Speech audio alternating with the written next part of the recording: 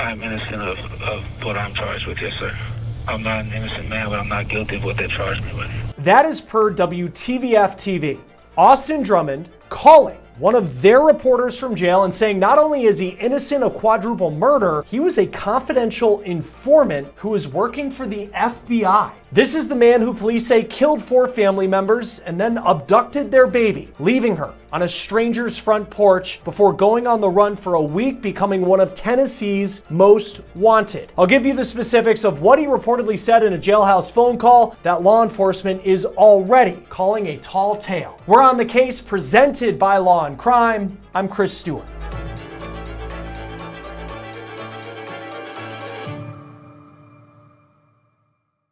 Prosecutors in Tennessee say they will pursue the death penalty in their case against Austin Drummond.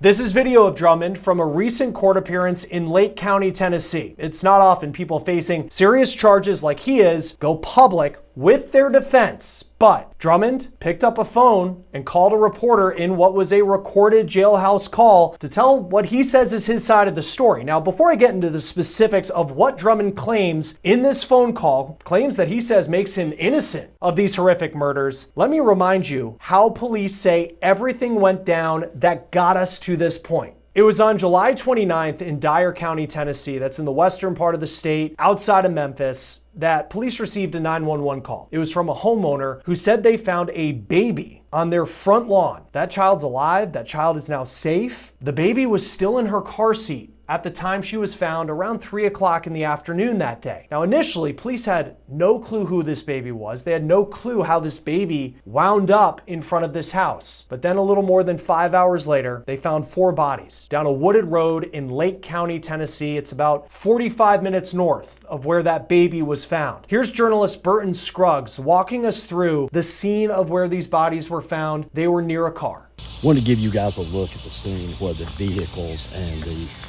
quad murder reportedly happened. This is Carrington Road. A person with knowledge of investigation says the vehicles were here and that the bodies were some distance from here. The bodies were of Courtney Rose, Matthew Wilson, Adriana Williams, and Braden Williams. Braden, who you see in the bottom right, was just 15 years old. He was the uncle of the baby who was found in the front yard. The parents of that baby are also dead. Their names, Matthew Wilson and Adriana Williams. Courtney Rose was the maternal grandmother of the child. Not long after that horrific discovery, police say they had a suspect in this case, and his name was Austin Drummond. He's a convicted felon.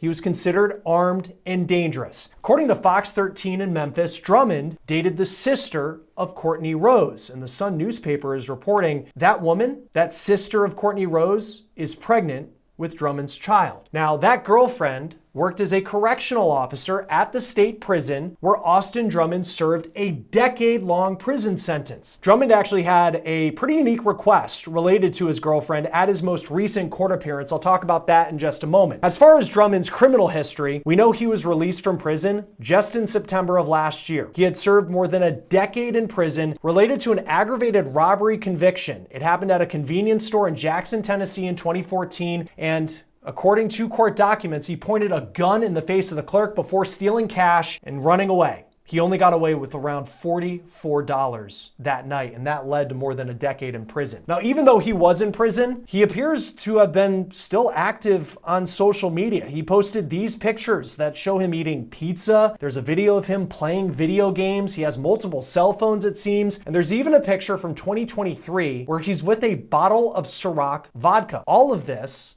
reportedly inside a state prison in Tennessee. Last month, while he was on the run, Drummond was spotted trying to enter a church on surveillance video, and he was armed with a gun that appears to have a drum-shaped magazine on it. This was chilling video before his arrest that happened just a couple days later on Tuesday, August 6th. It was in the morning. There was a crew working on a home that spotted Drummond in the woods in Jackson, Tennessee. He wasn't armed at the time of his arrest. In his first court appearance, prosecutors said they'd be pursuing the death penalty in their case against Drummond. Law enforcement have not said what they believe ties Drummond to the crimes, and they haven't been public about the motive they believe for these murders. This week, though, Drummond made a jailhouse phone call to a reporter with WTVF TV in Nashville. I was afraid that because I was an informant, things would go wrong. things would happen to me. The reporter said a source gave Drummond his number. In that phone call, Drummond told WTVF he's actually innocent of what he's been accused of. He said he had no reason to kill family members of his girlfriend. He also said that he didn't handle the situation right by running. He also said, and this was a shocker, that he had cut a deal earlier this year to be an informant with the local district attorney, the FBI, and the ATF in an effort to stop drug trafficking in prison. Drummond is still facing an attempted murder charge related to an incident in prison. He was actually out on bond at the time the 4 people were murdered. And prosecutors just last week that the incident related to that attempted murder charge, it was for Drummond allegedly trying to kill a prison guard. Now, Drummond was a member of the Vice Lord gang during his time in prison, according to court documents. Drummond claims the day of the murders, his cover as an informant was blown. That was something else that he told this reporter from that Nashville television station. The district attorney said he has no doubt that Drummond is guilty of the murders, and the DA also says they do have a motive for why Drummond would commit these murders. Again, Drummond is saying that he's innocent. There is another interesting development in Drummond's case, and that happened during his most recent court appearance where his court-appointed attorney asked that a restraining order be lifted that would allow Drummond to see his girlfriend. Again, reportedly, she is pregnant with his child. The judge, though, denied that. Drummond's girlfriend has not been charged in connection to these crimes. Austin Drummond is next due in court on September 4th. Joining me now to talk about this case once again is retired detective commander with the Chicago Police Department, Will Svilar. Will, we spoke throughout the manhunt and when this case was just beginning, but now this new information coming to light.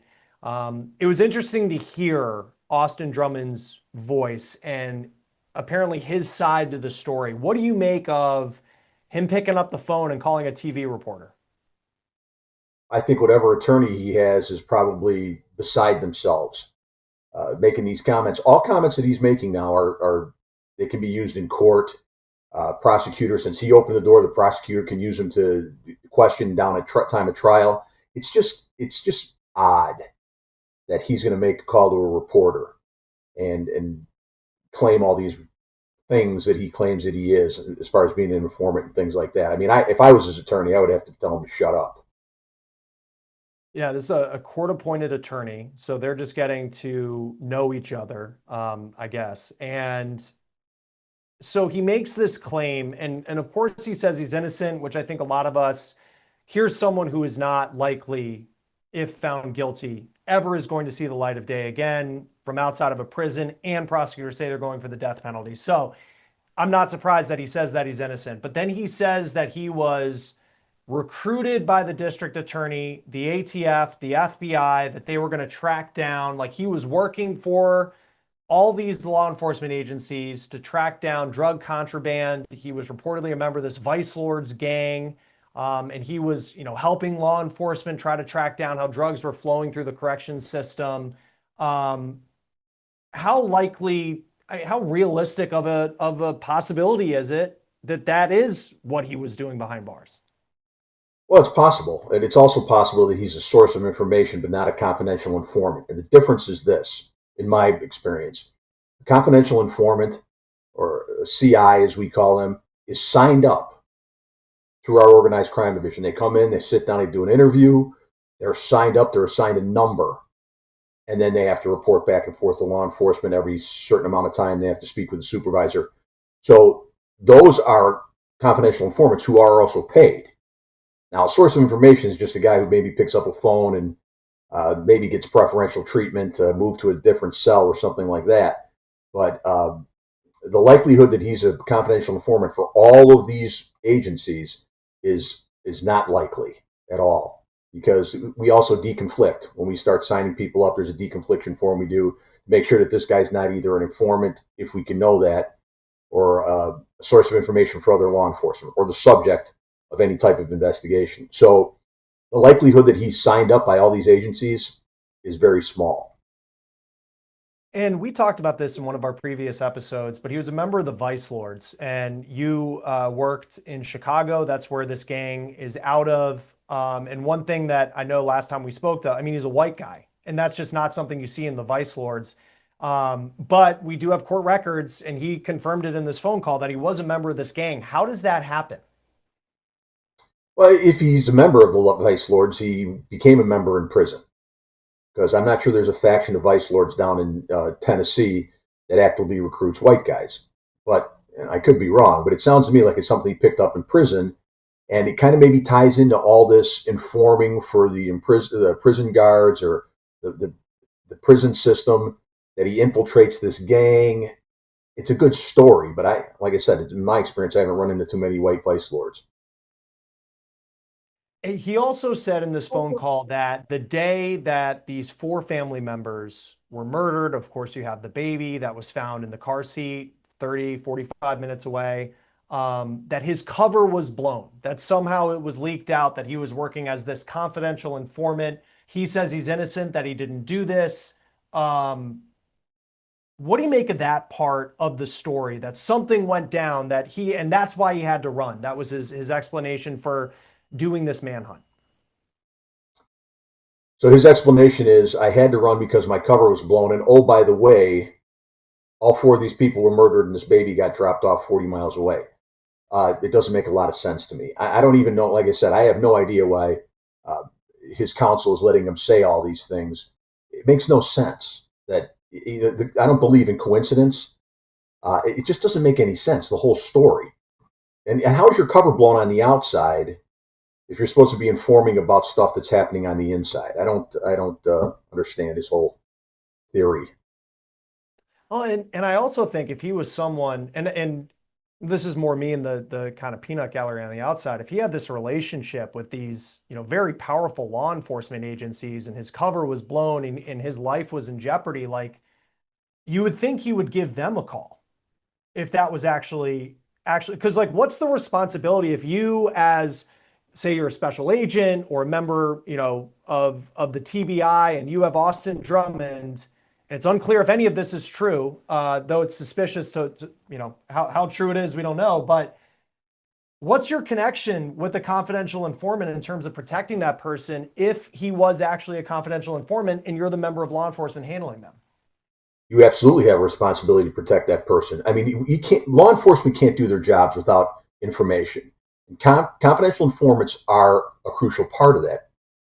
If you get confidential informants that are getting killed or beaten up or whatever because they're informants, you're not going to get any confidential informants anymore. So in law enforcement, you're responsible for taking care of this guy. And if he had a problem, if his cover was blown, that would be the first call he made to his handler to bring him in or move him or whatever they had to do. Yeah, and I also just think back to the video, like, as he was telling this of, like, oh, I handled it poorly, but I was on the run, my cover was blown, I was this good guy on the inside trying to track down drug traffickers and all of that in jail. And he's the one with the assault, well, I guess it was more of like an AR-15, if I remember correctly, with the drum magazine, kind of wandering through Jackson, Tennessee. Like, that just doesn't seem like this innocent person. And maybe that's just me projecting on it from what I saw. But, like, if I see that video, like, that doesn't seem to me like someone who was just caught up in a bad situation. Absolutely not. And again, if you are a confidential informant who's signed up and registered, you're not supposed to be toting firearms, especially, a drum extended magazine on a rifle. I mean, he doesn't sound like an innocent person to me either. And it just sounds like he's trying to deflect. I mean, he handled what poorly? The 4 murders or dropping off the kid? Because, I mean, again, he's not proven guilty yet, but they got some pretty good evidence down there. Well, and now that he's made this phone call, it's been recorded, everybody's listening to it. If you're his defense attorney, this kind of shoehorns you into what the argument would have to be at trial. Yes, but none of this stuff that he's saying necessarily is going to be, he's not going to repeat this at trial necessarily. Prosecutors could talk about it because he opened the door. But I don't know that he'll be taking the stand and talking about this grand conspiracy and naming names when he's looking at a death penalty case. As a matter of fact, as what I talked about earlier, if I'm his attorney, I got to say, you got to stop with these interviews. Oh, because now you have to go, and who knows? I mean, in some of these cases, it's just, if law enforcement has a lot of evidence and you're the defense attorney, you may just be against the death penalty, and it's more trying to mitigate what the outcome may be, as opposed to going for innocence. And we'll see how that part of it plays out, what his defense may be. But now you have to go with the I was this informant defense. And then if there's evidence presented that, the FBI, the ATF, TBI, whoever it may be, the district attorney, they're like, that is absolutely not true, then, that absolutely nails your credibility of you just trying to lie your way out of it. The other part, too, is his girlfriend. There's been talk about her. He wanted the restraining order against her taken out. I haven't said her name just because she hasn't been charged, and the internet certainly has talked about her a lot. But she was reportedly a prison guard, and he had a relationship with her. How does that happen? It happens all the time in the jails, and we see it all the time. We see prison guards who become intimate with prisoners, and now all of a sudden they're letting 7 of them out the back door of a jail. It happens all the time. It's hard to talk about matters of the heart. You don't understand what motivates certain people, but it's a relationship like any other relationship, just in a really weird place to have one. So you see it all the time. What type of, because you imagine, it's a tough job to work in corrections. I get it. To work at the Northwest Correctional Institution in Tennessee, there's probably not a people, I say this respectfully because it's very important work that people do, but it may not be the answer that someone has with what you want to be when you grow up. And it might just be the only job available, and you're around very dangerous people all the time. But at the same time, how do we find a way to make sure that people are not susceptible to then having relationships with someone who, according to law enforcement, he's somebody who tricked a lot of people into thinking that he was actually the good guy, and he can manipulate people. And maybe that's what happened to her. Well, you're right. You're right about that. It's not a job that anybody can just be in for a long period of time, in my opinion. My son is a correctional officer right now, a deputy sheriff in Cook County. And Cook County Jail is, it's terrible. And he's got about 2 years in, so it's time for him to move on, and he's thinking about moving elsewhere. But and I always just say the difference between being in jail and working in jail is you get to go home for dinner. But other than that, you are in a situation that he's in. They're understaffed. There's not enough people to watch. He's cross-watching on different tiers. So at any given time, he's one officer in a dorm setting, mind you, with no cells, with 70 prisoners. Who wants that job? So it's, you do, and I hate to say this, but sometimes standards are lowered in corrections opposed to sworn law enforcement. But it's just a tough job. It's hard to man those positions. Yeah, and again, I'm not making light of it. I think that's it's incredibly important and admirable work. I think of what's going on down in New Orleans with that double murder. He did commit a double murder. I think it was Derek Groves was his name. He's still at large, and it just shows the importance of having a good corrections facility and places where people can't break out like what we saw there. But the other piece of light since the last time we talked, Will, was this attempted murder charge that Austin Drummond was already facing prior to these murders. He was out on bond. It was like a $30,000 bond. And now the DA says this was related to an assault on a corrections officer in the jail. And we were talking before, it was already surprising when you're facing an attempted murder charge that you would be let out on bond. But for it to actually be on a correctional officer, allegedly, it kind of goes back to this question of how was he allowed out on bond? Because this doesn't seem like it was a prisoner on prisoner issue. Well, you're talking about attempted murder. That's different than an assault or a battery or an aggravated battery, because a battery on a corrections officer in the facility is an aggravating factor. So it kicks it up as far as felonies go. But attempted murder, that's something completely different.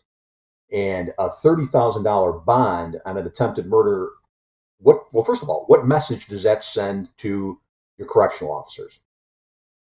That you're going to let somebody out on a bond when he tries to kill one of your own. Sends a bad message. That's a little weird to me. And we talked about it earlier, all of his allegations, I'm an informant, I'm this and that. If you're a source of information and you can give a prosecutor or you can give the warden or the superintendent of the jail something, then maybe you do get some consideration on bond. Doesn't mean he's a signed up informant, but it could explain the low bond. But again, that sends a terrible message to the victim of that. And in your career, I know that you've you deal with some really bad people and people who are as guilty as the evidence, a mountain of evidence. I mean, how often, even in cases where someone is facing the type of consequence that Austin Drummond's facing, strong amounts of evidence against them, and yet they still argue that they're innocent, though you might as well, in some cases, have video of the person doing it proving that they're guilty. Well, you might as well say you're innocent. I mean, the alternative is, and again, I've seen the death penalty used in Illinois, but not executed. I had a couple of death penalty cases years ago that you basically use it as a bargaining tool. Death's off the table, plead guilty to life.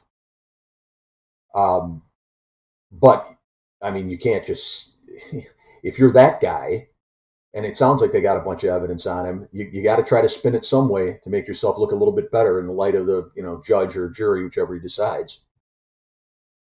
Right. It's just a wild story. And clearly by calling a television reporter, he knew that this story was going to go out into the public and that the prosecutors, law enforcement would hear it. But at the same time, we do see some of these cases where you have the Jailhouse phone call recording that comes out. And even in his past, and he tried to get out on parole or have it overturned. And I remember he talked to his dad in a Jailhouse phone call saying that the people who convicted him back in 2016, the jurors, he threatened them on the phone. How often do these suspects know that law enforcement is listening when they pick up the phone in jail? Well, there's a big sign above the phone that says all of your conversations are recorded. So if you can read, you see that every time you sit down at a phone. All conversations are recorded. Now, people try to get slick and use codes to talk about things, but it's so obvious when you listen to these calls.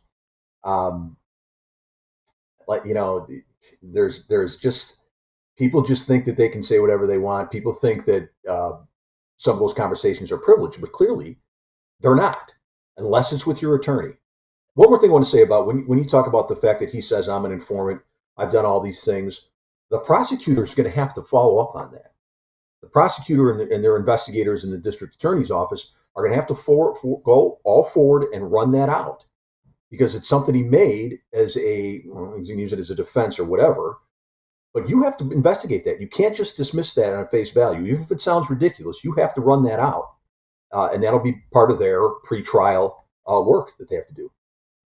Well, and also, like, let's just say he was, and everything he said was true about being an informant. If you have evidence that proves he executed 4 people, that doesn't really change what the outcome of this case may be.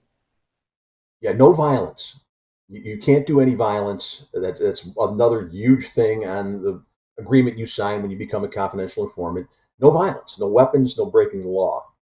I don't care what he was. He could have been, the best informant in the world. You can't commit 4 murders and think that that's any kind of mitigation. No, it's just a wild story. This has been, wild sometimes seems like an outrageous, term. There's a very sad case at the end of the day with the loss of these 4 people, including the mom and dad to this young baby girl who will be with family members. But it's just taken a lot of turns since it began. Will Svilar, retired detective commander with the Chicago Police Department. It's always great to have you on Law and Crime. Thanks for being here. Thanks, Chris. That will do it for On the Case, presented by Law and Crime. Subscribe to us on YouTube and Spotify. I'm Chris Stewart. We'll see you next time.